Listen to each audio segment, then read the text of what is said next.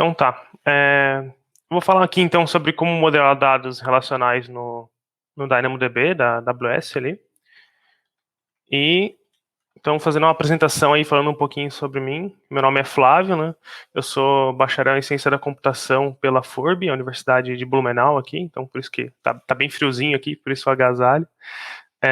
Eu sou pesquisador, né? Eu sou Research Software Engineer na Senior Sistemas, que é aqui de Blumenau, no laboratório de tecnologia.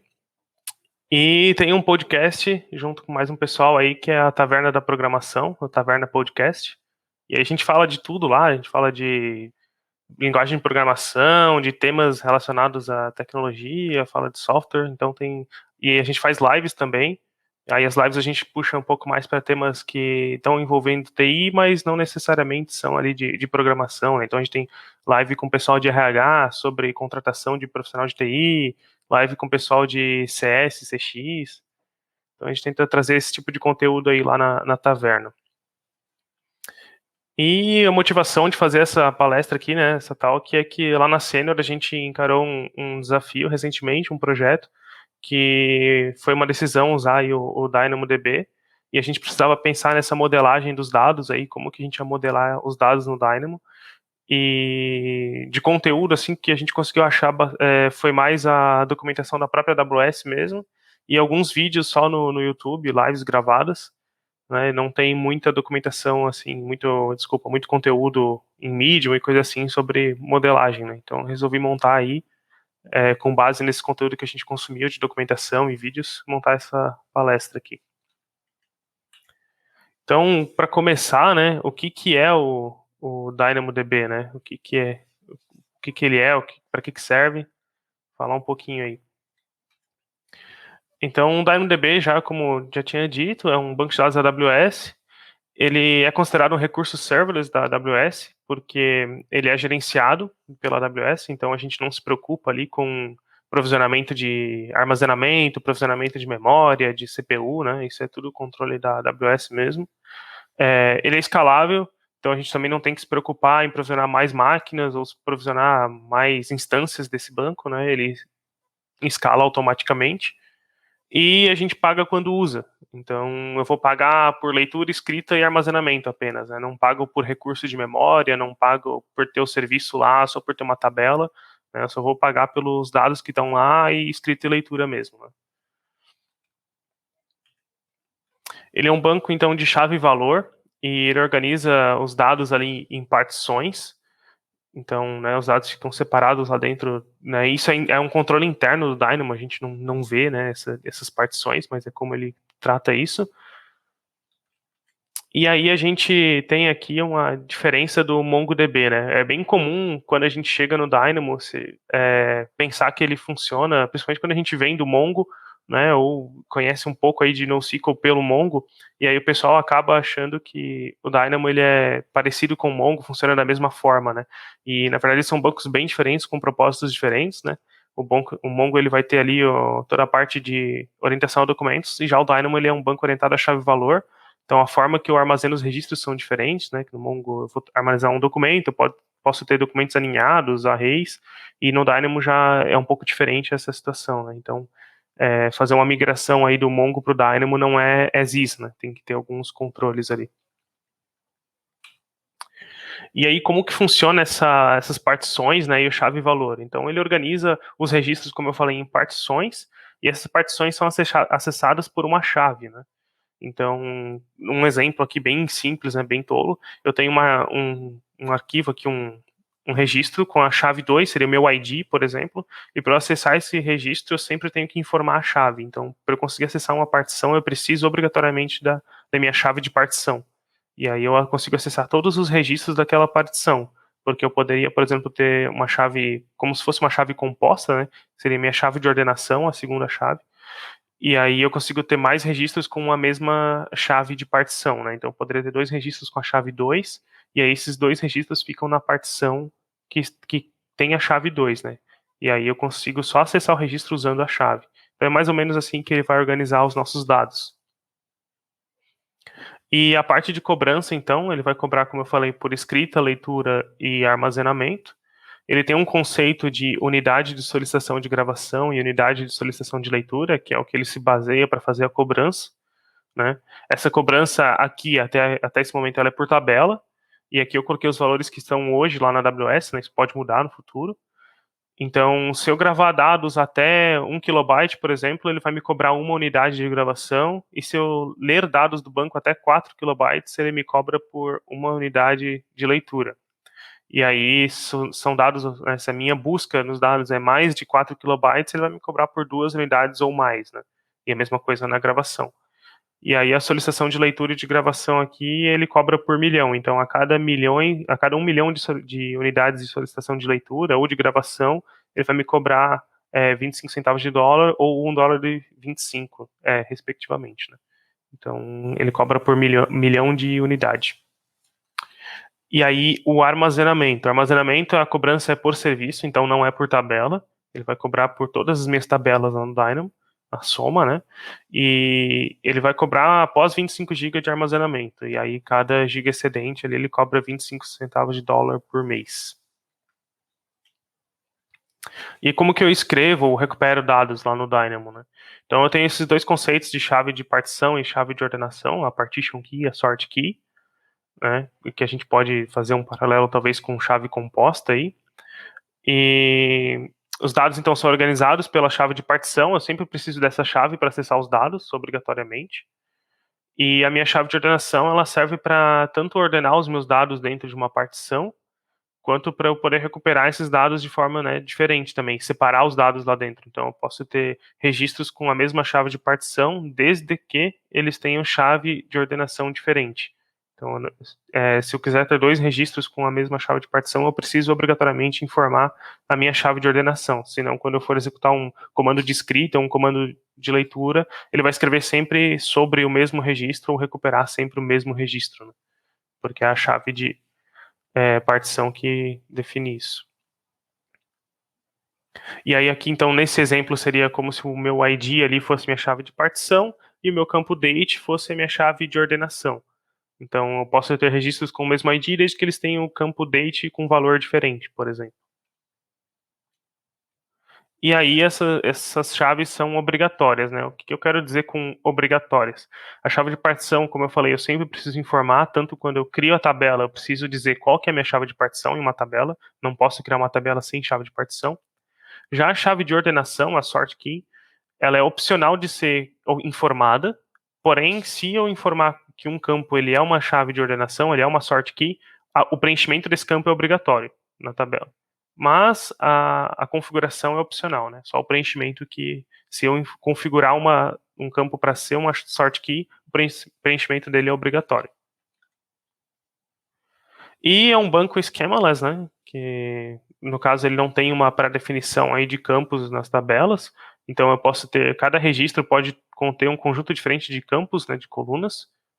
Então eu poderia ter uma situação mais ou menos assim, onde eu vou ter um ID, que é a minha chave de partição, e aí é obrigatório, mas os restantes dos atributos ali, eles são opcionais, né? Então eu posso ter, numa mesma tabela, atributos com descrição e valor, ou outro registro com descrição, valor e cor, por exemplo, né? Aí eu vou ter campos diferentes para cada registro de uma mesma tabela. Beleza, agora a gente já conhece aí um pouquinho do Dynamo, tem uma ideia de como que ele vai funcionar, e isso tudo foi importante porque a gente precisa saber como ele funciona para saber como modelar os dados, né? Então, como que a gente modela os dados a partir disso, né? Um primeiro passo aqui nessa estratégia de modelagem que eu trouxe é definir o modelo de entidade de relacionamento, né, o MER. Pode soar um pouco estranho a gente falar de NoSQL e falar de MER, mas nesse caso aqui, como a gente está falando de modelagem de dados relacionais, faz muito sentido a gente ter essa modelagem, porque é o que vai guiar como que a gente vai armazenar esses dados dentro do Dynamo, né? Então, a gente precisa definir essa modelagem para ter um norte, né, ter um guia aí de como que esses dados vão ficar armazenados lá dentro. E aqui eu coloquei um ponto que a modelagem ela precisa ser bem pensada no início, né, então é um pouco complicado eu sair desenvolvendo sem pensar na modelagem e aí começar a pensar nisso depois. E é interessante que ela seja para um domínio específico da sua aplicação, né? Então, o que eu quero dizer com um domínio específico? Vai ser um banco ali que você vai usar para um microserviço, talvez, você vai usar para usar com lambdas na AWS, né? Talvez não seja interessante você usar o Dynamo, por exemplo, para ser o banco da sua aplicação como um todo, né? Pensando substituir toda a aplicação, o banco da aplicação pelo Dynamo. Eu acho que isso pode acabar te trazendo algumas limitações, principalmente na parte da modelagem e futuras customizações na aplicação. Então é interessante que você pense em usar o Dynamo para um serviço mais específico, menor, que não vai ter tanta, talvez não tenha tanta alteração de modelagem, né? No nosso case, a gente usou ali para um serviço, por exemplo, de assinatura digital. Então é nesse sentido, assim, né? Tentar usar mais para domínio específico da aplicação. E aqui um exemplo bem bobo, assim, né, bem simples de uma modelagem aí de produtos, pedido, item pedido, que eu vou usar no decorrer da apresentação aqui como um exemplo para a gente criar a nossa modelagem. Então, esse é um case aí, mas, claro, né, a partir desse caso simples aqui, dá para expandir para bem mais coisas, né? Isso aqui eu trouxe só para a gente ter uma ideia de como os dados vão ficar armazenados lá dentro. Então, o segundo passo é a gente definir perguntas e quais perguntas nós queremos responder, né? Então, o que são essas perguntas? Basicamente, são as consultas que eu vou fazer no Dynamo, né? Então, cada pergunta aqui é uma consulta que o Dynamo precisa me responder. E aí eu preciso definir essas perguntas, o que a gente vai recuperar do Dynamo já no início da minha modelagem. Então, obter um pedido, obter um produto, os itens de um pedido, obter um item do pedido, né? Eu tenho o código do item, eu quero o item sem conhecer o código do pedido, por exemplo. Listar os pedidos de um determinado status e obter pedidos que contêm determinado produto. Essas são algumas consultas aqui que eu defini que na minha modelagem eu vou precisar, né? Se eu precisar de coisas novas, é interessante que se pense nisso no início da modelagem, né? Ou pelo menos antes disso entrar em produção, porque depois que estiver em produção pode ser bem complicado.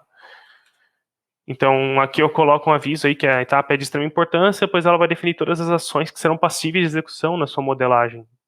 Adicionar novas perguntas no futuro pode ser muito complexo.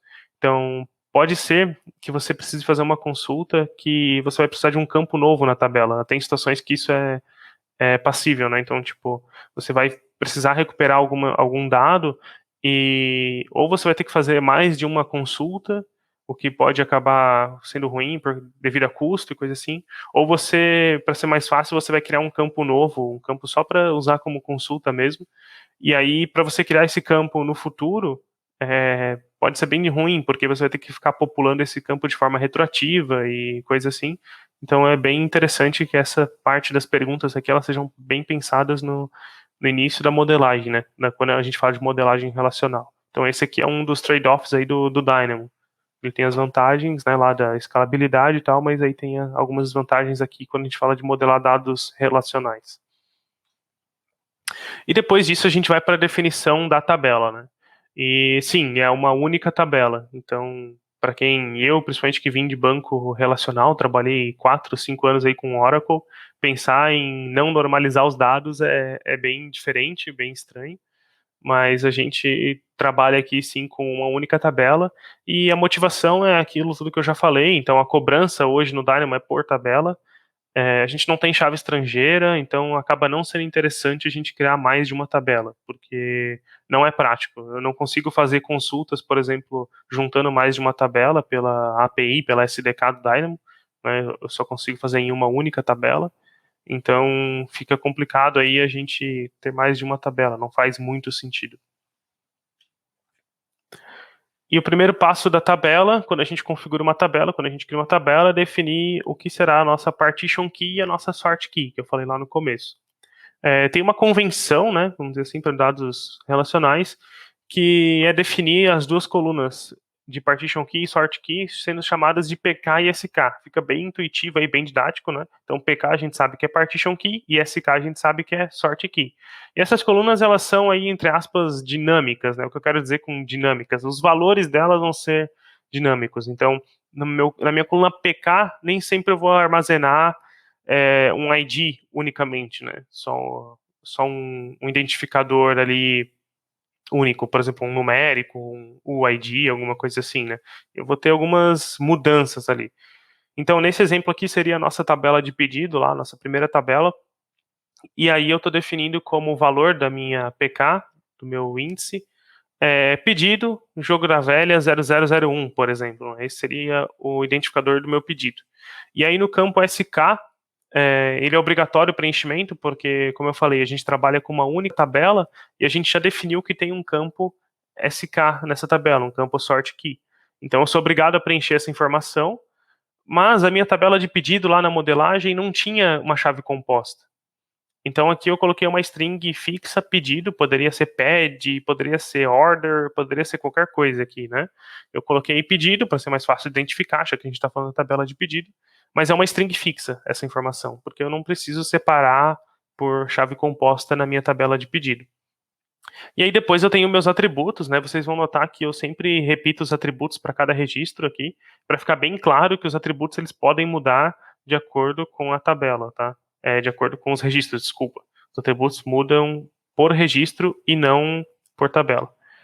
E aí eu tenho, né, então essa configuração aí de pedido, jogo da velha, 0001, e a string fixa ali pedido, e depois os atributos que correspondem ao pedido, né? E aí agora como que a gente faz aquela nossa primeira pergunta, né? Como que a gente obtém um pedido, então? E aí utilizando a API, né, o SDK do Dynamo, a gente vai fazer né, o que precisa lá para executar o SDK e a gente coloca uma restrição no momento da execução dessa API. E essa restrição para a gente vai ser o seguinte: PK, que é a nossa chave de partição, então eu preciso dessa informação para acessar a partição onde está aquele registro.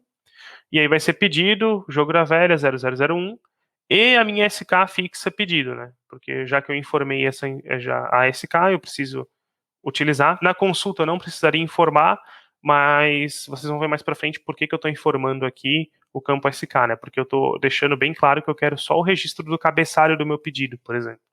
Então, é por isso que eu acabo informando na consulta ali o SK igual a pedido. E aí, assim, eu recupero o cabeçalho do meu pedido. Fazendo isso numa linguagem de programação ali, num Node, num Java, poderia, por exemplo, fazer a concatenação, né? Então, eu sei que pedido, o jogo da velha é sempre fixo, e aí eu concateno com o código do pedido que veio lá do meu front-end ou do meu aplicativo, seja de onde for, né? Então, e agora com a tabela de produtos, né? O próximo seria a nossa próxima tabela aí que é mais simples. Vai seguir na mesma ideia, tá? A PKSK porque a gente está falando da mesma tabela no Dynamo, né? São tabelas diferentes na nossa modelagem, mas no Dynamo é a mesma tabela física. E aí a gente tem a PK com produto jogo da velha 0115 e a SK produto, pelo mesmo motivo, eu não tenho chave composta em produto, então ali eu estou colocando uma string fixa para dizer que esse é um registro de produto. E aqui tem um cenário que eu acabei inventando aqui, que seria campos diferentes para cada registro, né, para a gente ter essa visualização aí. Então eu tenho campo cor só em um dos registros, né, nesse exemplo. E para recuperar um produto, então, bem similar ao que a gente viu lá no pedido. Então a gente tem o PK aí, obtendo o produto, o jogo da velha e o código do produto, e depois vai ficar igual ao produto. Então fica bem parecido. E os itens do pedido. Então a ideia muda um pouco, mas ainda é bem similar. Só que agora eu tenho uma chave composta, né? Pensando na modelagem relacional, eu tenho uma chave composta. Então o meu campo PK ele vai ser pedido, jogo da velha 0001, porque eu estou dizendo que esses itens de pedido são do meu pedido 1, são do meu primeiro pedido, e o item, né, que é o identificador do registro aqui, ele vai ser uma conjunção ali, né, concatenação de uma string fixa, o jogo da velha, e o código do meu item. Né? Aqui eu coloquei um código como se fosse um ID aí menor, alguma coisa assim. Né? Um valor que nunca vai ser igual para nenhum registro. Então eu tenho item pad, jogo da velha e o código desse item de pedido. Então, e todos eles pertencem ao pedido 0001. Né? E aí essa vai ficar a configuração na nossa partição. Então, dentro da partição do pedido 0001, eu tenho o registro de cabeçalho do pedido e eu tenho agora os registros que são os itens do meu pedido. E aí a gente vê que dentro da mesma tabela a gente vai ter colunas totalmente diferentes, mesmo sendo na mesma partição. né? Porque aqui daí eu já tenho atributos que correspondem ao item do pedido, como o ID do produto, né? Qual que é o produto que foi para esse item, qual que é o valor e a quantidade que foi comprada, por exemplo. Então os atributos já mudam totalmente, mesmo sendo na mesma partição, né? Porque a partição quem guia para mim é a partition key. E aí, para eu recuperar esses dados, né, que é responder a nossa terceira pergunta, recuperar os itens do pedido, eu posso fazer o meu PK igual ao pedido 01, então eu quero todos os itens aí do pedido 01, e eu posso usar uma função aqui do Dynamo, que é o begins with, que eu estou dizendo, então, que a minha SK tem que começar com itempad jogo da velha. Por que eu faço isso? Porque na mesma partição do pedido 01, eu tenho o registro de cabeçalho do pedido também. Então, se em uma determinada situação eu não quero o registro do cabeçalho do pedido, eu quero só os registros que são os itens do meu pedido, eu posso fazer essa restrição dizendo que o meu campo SK ele precisa começar com itempad, por exemplo. E aí eu só vou trazer os itens do pedido, não trago o registro de cabeçalho, né? Se eu quisesse todos os registros, eu poderia só restringir pelo campo PK, e aí eu já tenho meu pedido completo, tanto o cabeçalho quanto todos os itens. E aí, como eu falei, a gente respondeu já 3 das nossas perguntas, e aí sobra pra gente, então, obter um item do pedido, que aqui é sem conhecer o código do pedido, listar pedidos de um determinado status, e obter pedidos que contêm um determinado produto. Então, como obter um item sem o número do pedido? A gente poderia fazer, então, agora que a gente já conhece a função de begins with, né, sobre o campo PK, começa com pedido, aqui faltou as aspas, desculpem, né, mas começa com pedido jogo da velha, e o meu campo SK vai ser itempad, e aí, né, o código completo do meu item do pedido. Então a gente poderia fazer isso, por exemplo, para pegar um item do pedido específico. Mas isso não é bem verdade, não consigo seguir por esse caminho. Por quê, né? Porque o meu campo PK, ele só aceita o campo que é partition key, na verdade, né? Porque o PK é o nome que eu dei para o campo, mas poderia se chamar qualquer coisa. O meu campo que é partition key da tabela, eu não consigo usar qualquer função que não seja de igualdade, qualquer operador que não seja de igualdade. Eu preciso usar um operador de igualdade, então eu só poderia fazer PK igual a algum valor. Eu não consigo usar PK maior do que algum valor, PK menor do que algum valor. Tem que ser PK igual, né? Então sempre usar um operador de igualdade no campo que está definido como partition key. E aí, como que a gente resolve essa situação, então? A gente precisa criar um índice no Dynamo. O Dynamo ele possui 2 tipos de índice. O índice local secundário e o índice global secundário. O índice local, ele permite que eu crie uma variação da chave composta, alterando somente a sort key, né, mantendo a mesma partition key. Então, a minha partition key, ela continuaria sendo o campo PK, mas a minha SK, o meu campo SK não seria mais a sort key. A minha sort key poderia ser, por exemplo, o meu campo core, né? É uma das possibilidades que eu poderia fazer com o índice local. E já o índice global, ele permite que eu crie uma nova combinação de chaves. Então, o meu campo PK e SK não precisam ser mais os campos de partition key e sort key. Eu posso usar campos totalmente diferentes para ser a partition key e a sort key da tabela, né? Poderia mudar completamente aí a configuração das chaves com o índice global. E aí a gente vai então resolver esse problema usando um índice global. A gente vai criar um índice global que ele simplesmente inverte os papéis dos campos PK e SK. Então, lá no meu campo PK ele era partition key e o meu campo SK era sort key. Agora a gente vai ter algo invertido. O meu campo SK é, na verdade, a minha partition key e o meu campo PK é o campo sort key. Isso para um índice, certo? Não é para a tabela toda, né? É no índice que eu criei. E aí, isso permite com que a gente consulte o item do pedido sem conhecer o pedido. Por quê? Porque o que me obriga a ter um operador de igualdade agora é o campo SK. E aí eu tenho o código do item do pedido. O que eu não tinha antes era o código do pedido. Então eu consigo fazer o seguinte comando, né? Eu consigo fazer SK igual ao item do pedido e o meu campo PK tem que começar com pedido e jogo da velha, né? E aí eu preciso deixar explícito lá na API, na SDK do Dynamo, que eu estou usando um índice, né? Quando você cria um índice, você dá um nome para ele. Então eu preciso deixar explícito lá, olha, eu estou usando o índice global aqui XPTO, por exemplo. E aí eu vou conseguir recuperar esses dados dessa forma. Então agora a gente já respondeu 4 daquelas perguntas, né, com as nossas consultas. E ainda faltam 2. Então, como que eu posso listar os pedidos por status, né? A gente pode criar, então, um novo índice global. É uma das formas possíveis aí. E aí a gente define a nossa coluna status, por exemplo, como sendo a nossa coluna de partição. E aí agora no Dynamo ele vai ter uma nova partição que vai organizar os pedidos por status. E aí o meu campo PK, ele vai ser o campo ainda de sort key. Então eu tenho o campo partition key status e o campo PK como sort key, né? Fica dessa forma assim. E aí para fazer uma consulta por status, por exemplo, já fica bem mais simples de entender agora, né? Conhecendo a estratégia, a gente tem status igual a concluído, por exemplo, e o campo PK começa com um pedido jogo da velha. E aí a gente deixa explícito também que eu estou usando um outro índice global, o índice status, por exemplo. Eu tenho que colocar o nome do meu índice lá na SDK. E assim eu já consigo recuperar todos os pedidos que estão no status concluído, por exemplo. Uma coisa que é importante falar também sobre o Dynamo é que ele sempre vai te retornar, depois que você faz a consulta, você consegue ainda aplicar mais um filtro sobre os registros, tá? Então, aqui no caso, eu estou retornando todos os pedidos que são do status concluído. Ah, mas eu queria só os pedidos que são da data de hoje, ou só os pedidos que são dessa semana. Como é que eu faço essa restrição? Você poderia pensar em talvez mudar essa configuração de chaves, né? É uma das alternativas.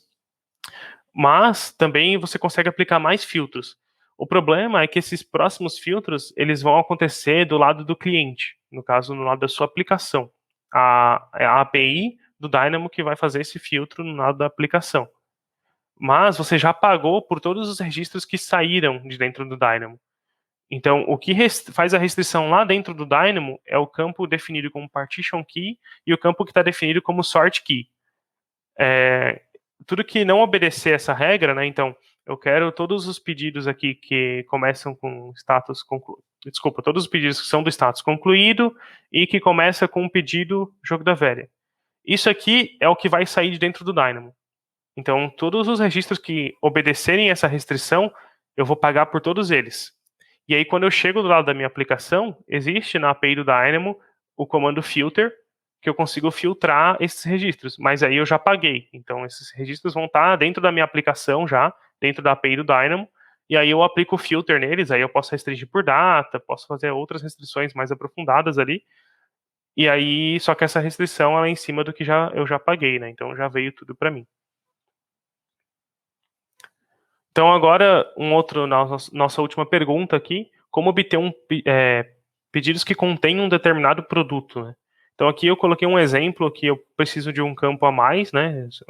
Poderia ser de outra forma, sim, mas uma das formas é essa, né? Criar um novo campo.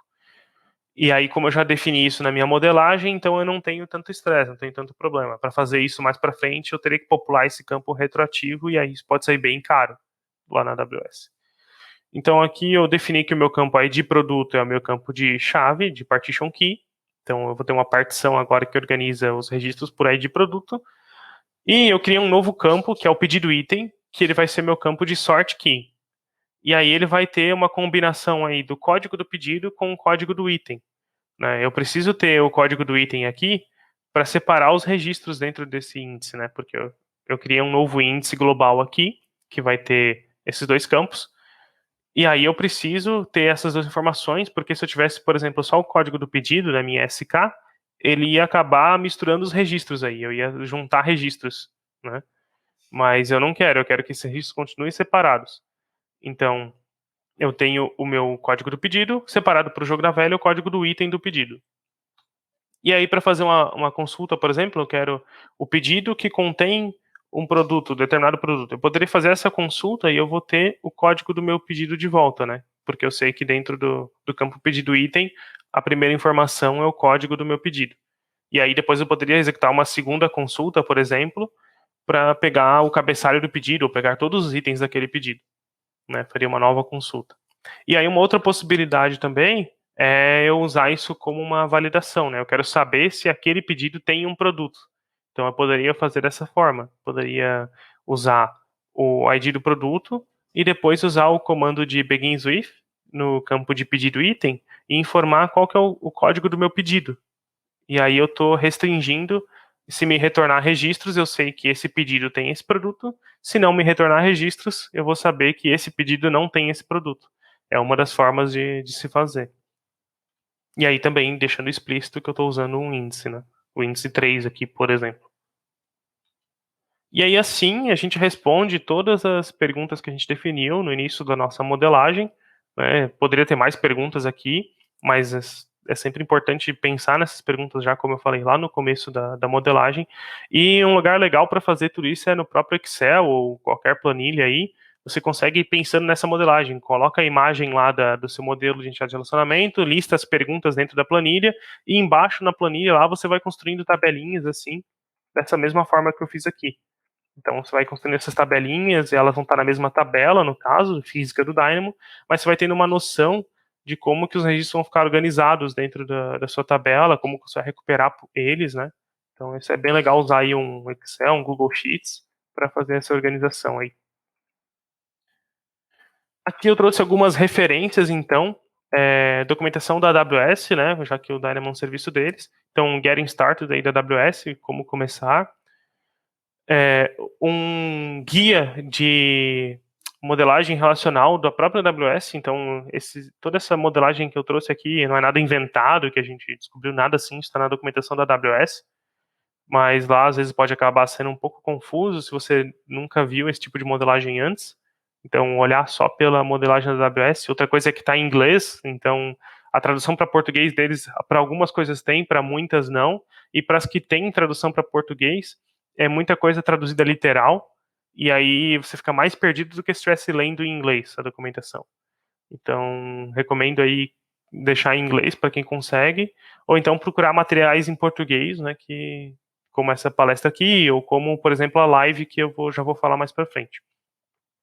Aí tem um outro link da AWS também, que fala de modelagem NoSQL, e o link para a parte de precificação, a parte de custo do DynamoDB, né? Então, se quiser entender aí se é interessante ou não usar o DynamoDB no seu caso, aí no seu microserviço, na sua aplicação, então tem a parte de custos.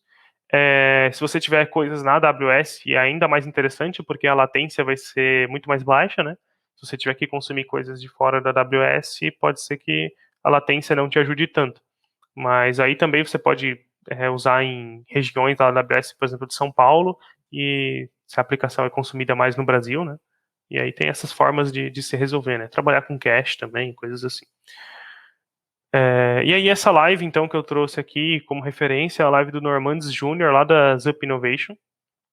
Foi onde eu consegui entender bem melhor como funciona essa modelagem no Dynamo, além da documentação da AWS. Então essa live aqui foi o que clarificou tudo para mim. Ele fala bastante coisa do que eu já falei aqui, mas tem coisas que ele fala lá que eu não falo aqui, tem coisas que eu falei que ele não fala lá.